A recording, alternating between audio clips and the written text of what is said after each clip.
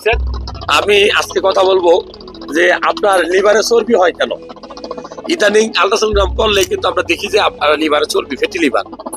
এটা অবহেলা করার সুযোগ নাই। আর ধরেন আজকে 100 মানুষের লিভারে চর্বি হয়েছে, আগামী 3 বছর যদি আর কেউ চিকিৎসা না করে, এর মধ্যে থেকে 20 জনের লিভারে ক্যান্সার হবে, মারা যাবে। আপনি অতিরিক্ত ধূমপান করলে, অতিরিক্ত মদ বা অ্যালকোহল সেবন করলে আপনার এই ফ্যাটি লিভার রোগটা হয়। মূলত অ্যালকোহলিক, নন অ্যালকোহলিক, যারা বেশি মদ খায়, অ্যালকোহল খায়, তাদের এক ধরনের হয়।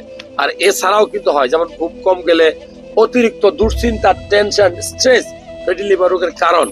সো আমি বলবো নিয়মিত ব্যায়াম করবেন, খাওয়ার পরে ব্যায়াম করবেন। আপনি যদি অলস সময় কাটান, অতিরিক্ত ওজন বাড়ে, তাহলে ফ্যাটি লিভার রোগ হয়। ফ্যাটি লিভার রোগ থেকে মুক্তির উপায় হলো কোনো ঔষধ নাই।